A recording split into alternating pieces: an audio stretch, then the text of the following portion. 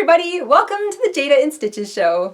We had a rather quick transition into fall this year. In fact, we woke up to snow all over the ground this morning. And one of the things I wanted to make sure that I had in my fall-winter wardrobe this year was an infinity scarf. Infinity scarves are a neat wearable. They look really good over top of a sweater, and they look just as good underneath a coat. You can bunch them up underneath your chin, and they're a trendy, attractive way to try and stay cozy when the weather turns really cold.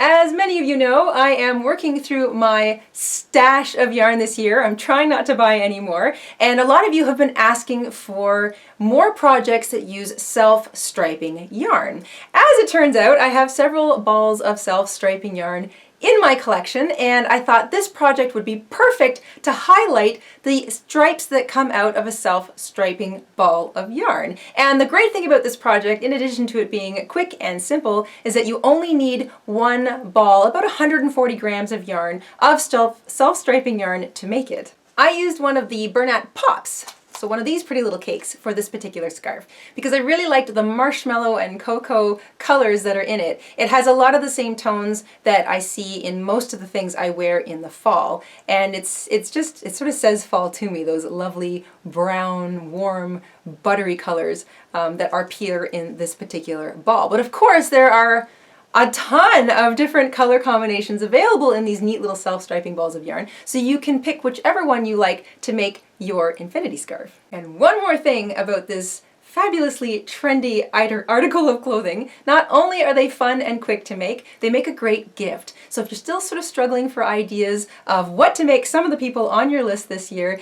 then consider making an infinity scarf. You might be able to knock this off in an afternoon. I did. It's just one ball of yarn, it's a really simple stitch, and it's a fun, quick pattern to put together. You don't really have to pay much attention to what you're doing, and you'll probably want to make 2 or 3 of them. This is only wrapped around my neck twice, but I made it nice and deep. So you can also vary the width of your scarf. You can make it really deep, like I made this about 10 inches or 25 centimeters, but you could make it shorter. And if you're in a cooler climate, you might want, or I should say a warmer climate, and you want it to be a little cooler, you might want to make it just a little less wide than I did, so that when you have it wrapped around your neck, it's not too much fabric up against your chin. But if you are in a cooler climate like we are, then the thicker the better. This is wrapped around twice, and there's lots of fabric to sort of tuck up underneath my chin, and it'll still fit underneath a winter coat when we get there. So without further ado, let's grab our hooks, grab a ball of self-striping yarn, we'll head on over to the craft table, and we will stitch up an infinity scarf together.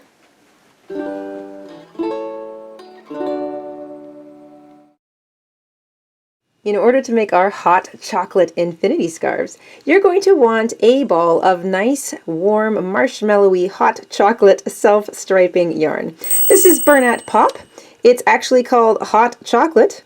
There it is there. It's a size 4 medium weight yarn. It's 100% acrylic, and there's approximately 140 grams or 5 ounces in one ball. You only need one. You're going to want a measuring tape, a pair of scissors, a yarn needle, and a really big crochet hook. This is a size 10 millimeter, also known as an N or a P in the US, a 000 in the UK, but you can use one that's even a bit bigger than this if that's all you've got. A big hook equals a big, lacy, stretchy stitch, and that is what we're after for today's project. And once you've got all that together, we can get started. We're going to begin with a slip knot.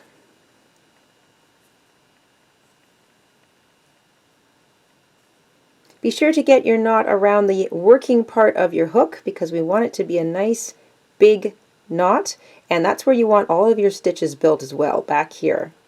We're going to begin by chaining 125.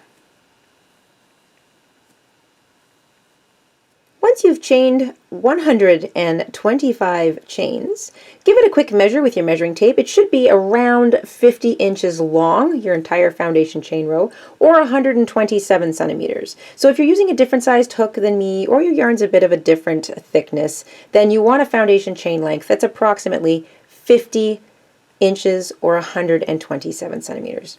Once you've got that, you're going to make sure you haven't twisted your foundation chain. So I'm just very carefully pulling it through my fingers to make sure that it hasn't twisted around on me. I'm going to get all the way back to the very first chain I made. There it is. And you're going to join with that chain with a slip stitch. And that is going to give you one great big long ring to work into. And here we go. You are going to chain one. Every single row will begin with a chain one. You're going to single crochet into the same chain that you joined in. And you're going to single crochet in every single chain all the way around. Keep your tension nice and loose. This is a great project to do when you're trying to relax and chill out. So keep your fingers loose, keep your hands nice and loose, your wrists loose. You want nice, big, stretchy stitches. That's why we're using the big hook. If you find you're working a little tight, then try and get an even larger hook, and that will help you keep your stitches nice and loose.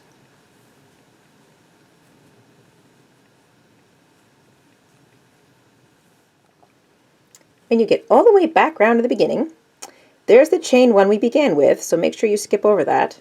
And you're going to join every single row in the back loop of the first single crochet. So the back loop is always the loop furthest away from you. So you're going to slip your hook through the back loop of that single crochet and join with a slip stitch.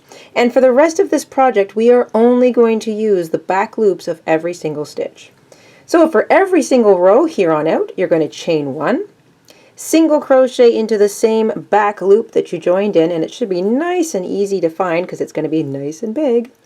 And you're going to single crochet into every single back loop of every single crochet all the way around. So back loops only for here on out. Single crochet into every single back loop of each stitch all the way around. And I'll catch up with you at the end of row 2. At the end of row 2 and every row, we're going to skip over this little stitch. So here's the first single crochet we made. There's the chain one we began the row with, but there's always a bit of a false stitch, and it's very pronounced. It looks like a real regular stitch because of the size of the hook we're using. But in order to keep an even stitch count, we're always going to skip this last stitch just before the chain one and the single crochet that began the row. So if you had a foundation chain row of 115, or I should say 125 chains like I did, you should still have 125 stitches in every single row. So whatever your foundation chain row count was, every row of stitches should have the same count in it. So 125 every row for me. And the way to keep that is to skip that last little stitch, which is technically the false stitch. Join every single row with a slip stitch in the back loop only of that first single crochet. Every row begins with a chain one and a single crochet into that same back loop that you joined in. And then you're just going to single crochet into the back loop of every single stitch all the way around. And that's how every single row is going to begin and end from here on out. We want to make this infinity scarf nice and toasty and luxurious, so we're going to work several rows of this single crochet into back loops only.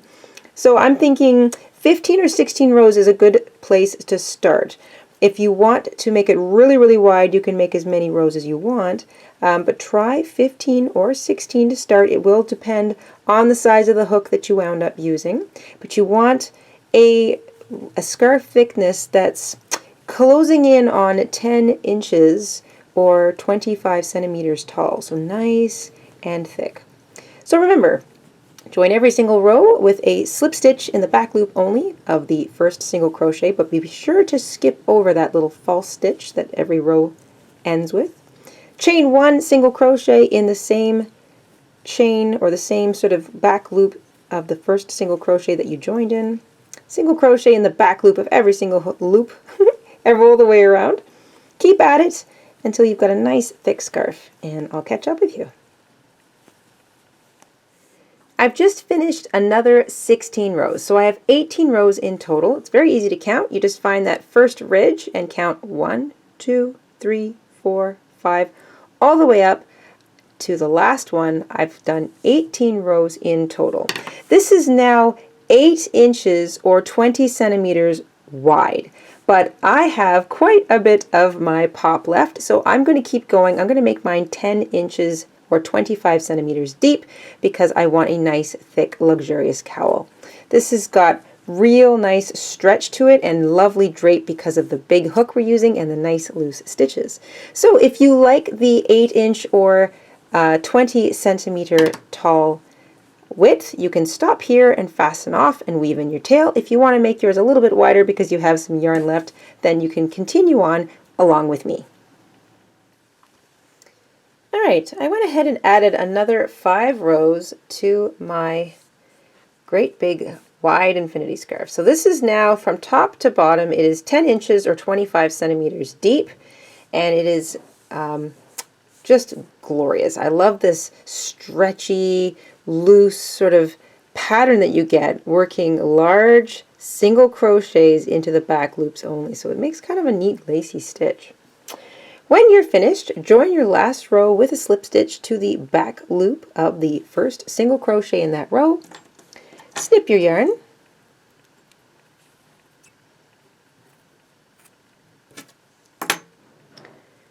Fasten off.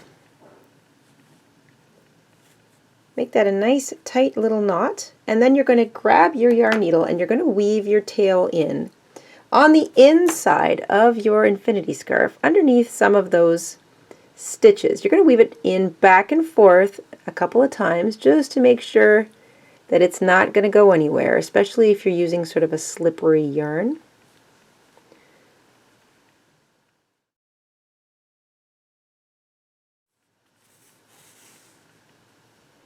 So don't pull too tight. After you thread it through the first set of stitches, pull it back out so that you haven't stretched anything out of alignment.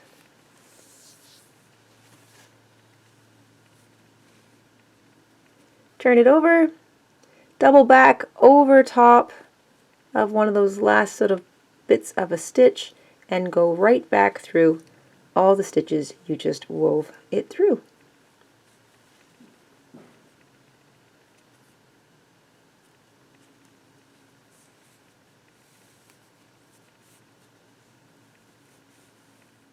Once you've woven in all of your tails, you are done and you have finished an entire scarf. You're ready to go out and play in the leaves or even possibly deal with the snow.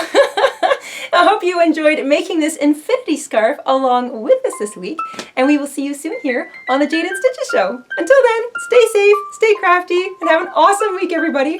Bye!